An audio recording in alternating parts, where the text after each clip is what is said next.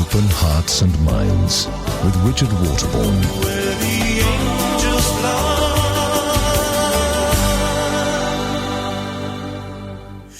Well, I have to say, he does have a very nice jingle. Unfortunately, it just doesn't happen to be mine. My name's Kenny Jones, and I'm here for Behind the Mic tonight from 8 till 11.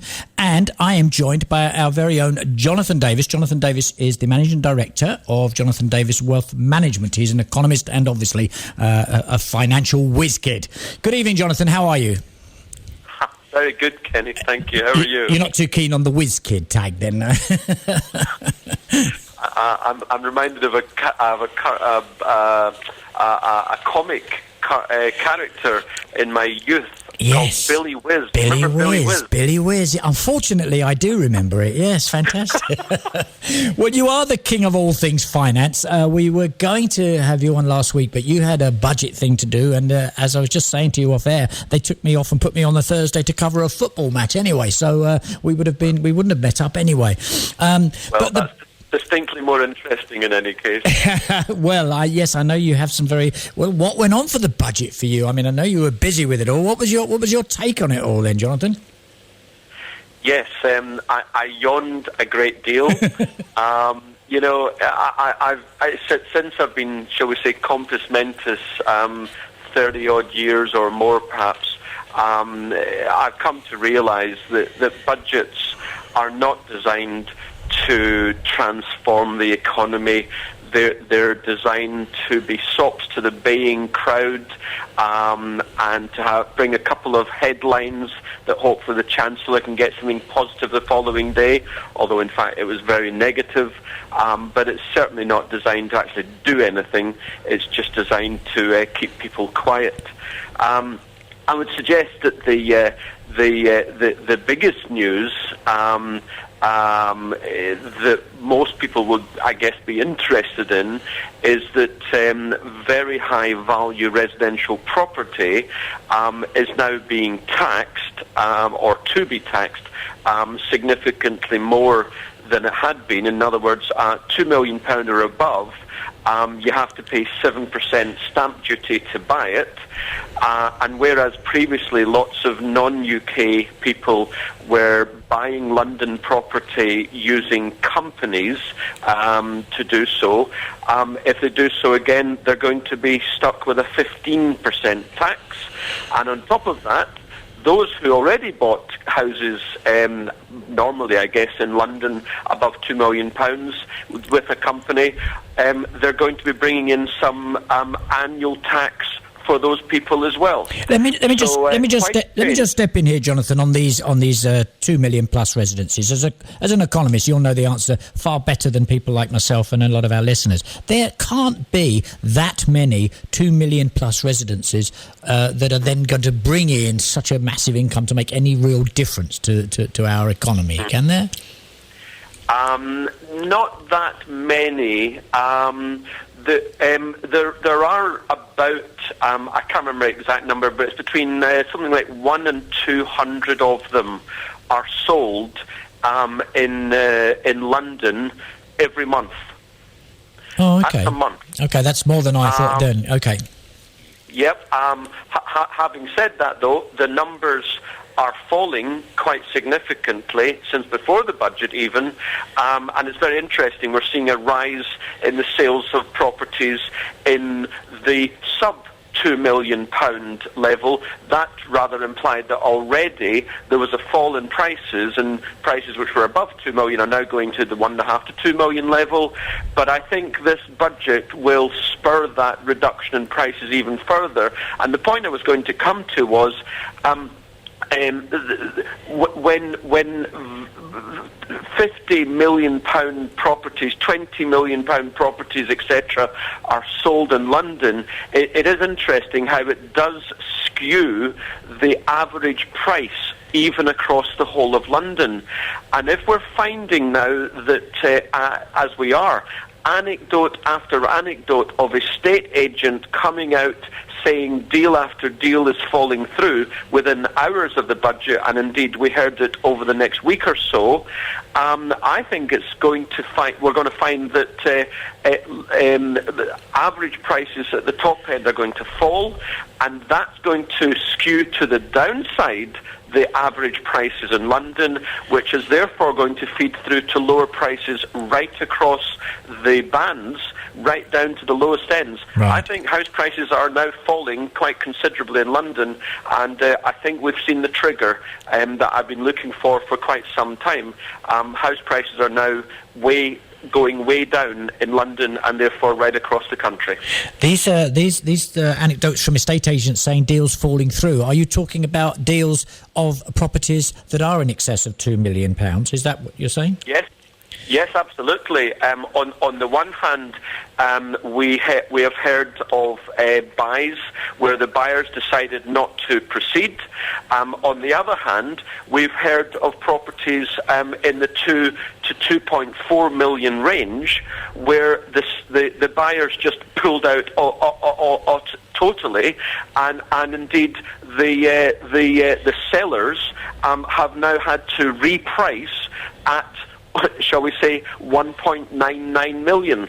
In other words, an immediate reduction of £400,000 yes, in order to avoid the purchase tax for the buyers.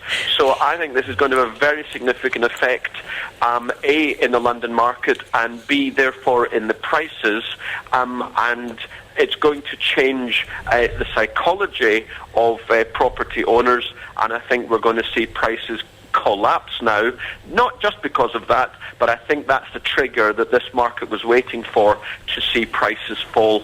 I think we've now seen it. Okay, call me cynical if you will, but I've got a feeling that there's going to be quite a few properties sold at 1.99 million, and a little brown bag exchanged hands as well, maybe. Oh well.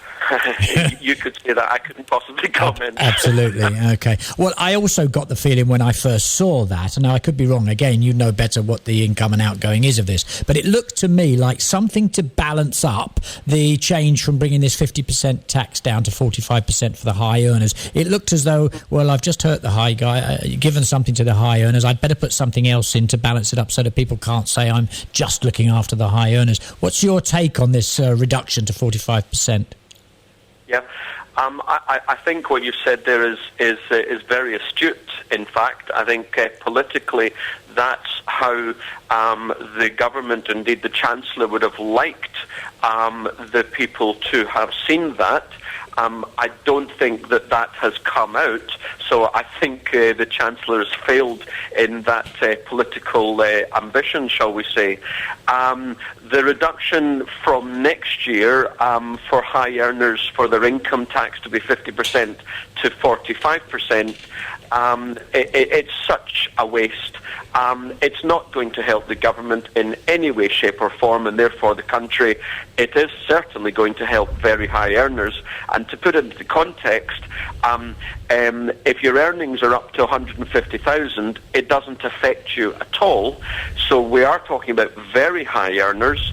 And if you think about someone at 500,000 a year, say, this is going to save, off the top of my head, something like £20,000.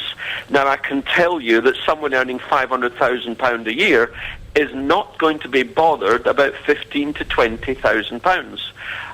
So it's clearly just a little bit of extra pocket money for very wealthy people, and I think this is a stupid tweaking of our finances. Absolutely stupid. Well, I have a couple of points to make on this. Having looked at, I mean, when I know you're coming on, you know so much and you cover such a wide berth. I spend a lot of time reading.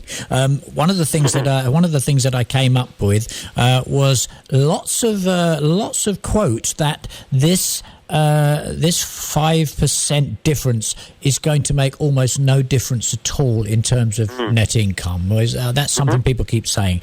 Do you think that's the case? I mean, let me just say as well that one of the reasons, and I find this pretty disgusting to be perfectly honest, is that they say that the more that you help the bigger earners, the more likely they are to declare their full tax. They shouldn't need to be tempted to be honest, should they? Well, I don't think. Well, I don't know about declaring. I think paying the tax. The thing is, it's really quite easy to avoid tax. If you've got good advisors, you're going to find very good ways to avoid tax. I don't mind saying, I save our high-earning clients, we're wealth managers, remember, yes. Lots of tax every year. That's my job. Yes. It's entirely within the rules. There's absolutely nothing illegal about it. Mm-hmm. The issue is that, as you quite rightly say, this reduction in 5% tax is not going to bring in more tax or save less tax or receipts, should I say, to the government. Therefore, it's simply a bung, as it were, to their natural voters. It really is not a helpful change in the tax system at all. It was for purely political purposes with an eye to the 2015 election.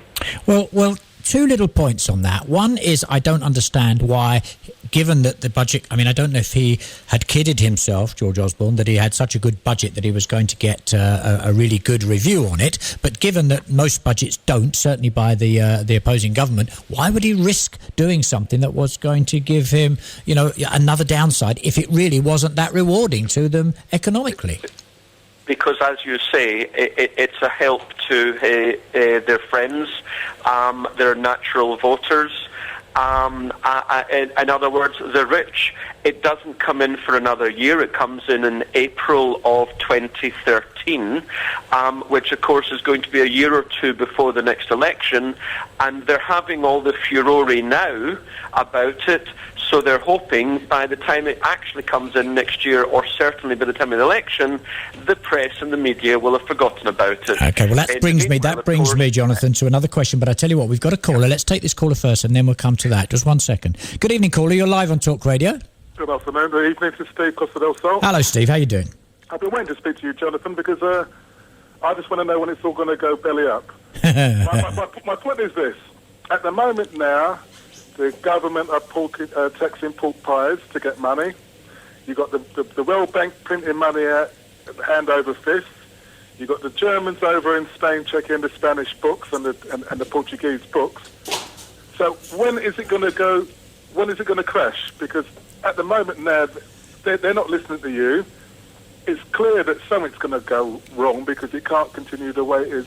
So when would you say in your best forecast that this is all going to go wrong? Thank you for the question. I think there's a couple of issues there before answering. It could be when is the stock market going to crash, or it could be when is the economy going to crash. If I may cover the second point first, the economy is crashing as we speak. In the UK, we're in recession. Indeed, just this morning, as it happens, the Office of National Statistics came out with, in the last quarter of last year, the economy went down, admittedly marginally, by 0.3%, but it went down in the Christmas quarter. Now, if an economy in the West can't grow in the approach to Christmas, then you just know that we're on the verge of falling off a cliff. Of course, the EU is well in recession, indeed in depression. In China, they have moved into recession. In America, they're about to move into recession if they're not already in recession. In other words, that's most of the global economy is in or is just about to be in recession. And of course, I don't quite know where you are, sir, but the station, of course, is in Spain. Spain is clearly in depression. The UK, I can tell you, is in a depression, which we're still in, even though they say they've saved the world a few years ago. They did nothing of the sort. Then if we move on to the stock market... Can I intervene there for a moment?